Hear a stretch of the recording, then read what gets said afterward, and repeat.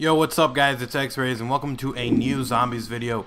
In today's video we're actually going to be covering a pretty cool time loop theory that's been going around, and I'm going to tell you guys where this time loop theory came from and my thoughts on it as well. So basically, let's jump into it. The first thing that I want to mention is Doris. So for you guys that don't know, obviously the whole, the giant is in France came from the map that came from Mob of the Dead. There was something scratched on the side and it said the giant is in France, but it said Doris. So a lot of people were like, no, Doris is not in France, it's in Germany, so what exactly does that mean? And they were referring to the giant 1,000 foot, or however tall that giant is, that we see in the actual Origins trailer.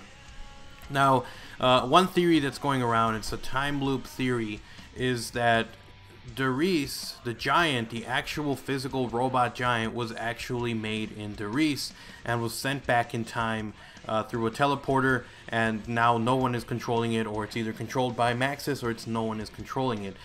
So what the popular theory is that it was put in the actual teleporter and was actually sent back in time, because you can't really imagine there being these amazing gigantic robots that are walking around during the time when they were having trouble making their own little tanks, so it's kind of weird that this gigantic mechanical robot is there. It's just out of place. It's not something that you would expect to see during a World War I era.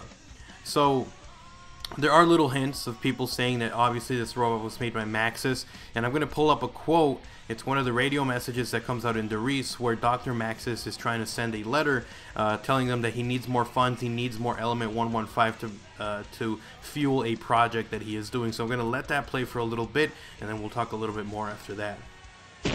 Sophia, this letter is to go to the Reichstag High Command immediately. Gentlemen, it is with the utmost urgency that I draw your attention to the lack of funding being injected into the giant project.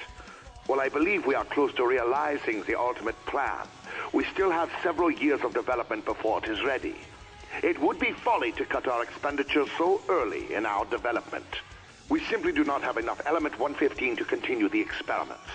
If we are to overcome this obstacle, we need to increase the frequency and size of the experiment. To this end, I suggest we find not only a regular supply of 115, but that we also find a larger conduit to channel the energy. Our operatives in America have informed us that the U.S. has a large supply of the element at the Nevada base. So time is of the essence if we are to stay ahead of them. This cannot be done if you cut the budget, nor can it be done if you insist on pressuring us into action before we are ready. I am, of course, available for discussion on the matter, but in the meantime, I will continue with the work here and try to win this damned war. Signed, etc., etc., Dr. Maxis. So as you can hear from the actual radio message, it is Maxis who wants more funding. He wants the energy that's being gathered, Element 115, that's being gathered in Nevada, which in other words is Nuketown. Now if you refer to Nuketown, there's actually recently, everyone's been talking about this, there is a robot with what seems to be a little girl inside of the robot. When you go to the back of one of the buildings, one of the houses, and you see a robot, and I have a picture for you guys to see. So one of the things that people are saying is they think that Dr. Maxis is going to go back in time with this robot to possibly save Samantha. He's trying to somehow bring her back into this world. As we all know, she's in the ether, so right now she has no, physical body or anything like that. She's kind of weird and, stuck between worlds, which is what Dr. Maxis is trying to save her for during the events of Buried. So what everyone thinks is happening is during this time, there was no Element 115, there was not enough Element 115, and now that Maxis is in control, he has the power to use the ether energy, to use Agatha, or however you pronounce it. He has that energy that he can tap into now.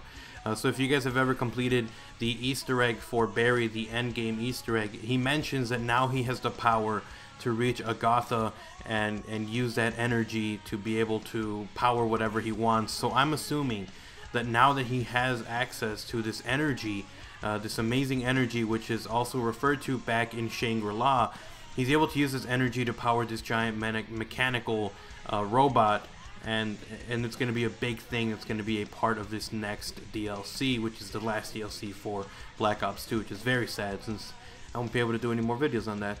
But let me know what you guys think. Do you guys think that maybe it's Dr. Maxis all his doing? We know that Richtofen was more on the organic, you know, experimenting on humans and, you know, using all that kind of stuff, trying to make super soldiers, while, you know, Maxis was actually trying to use wonder weapons. He was making weapons, mechanical stuff is what he was working with.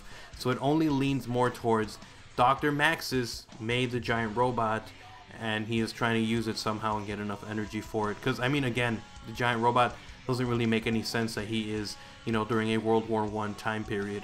So let me know what you guys think in the comment section below, and I'll see you guys. I'm going to be discussing a couple, and, you know, we'll just get this discussion going. Tell me what you guys think, and if you guys enjoyed the video, remember to slap a like and a favorite on this video, and if you guys are new and want to subscribe, if you guys are watching this somewhere else, feel free to check out my channel.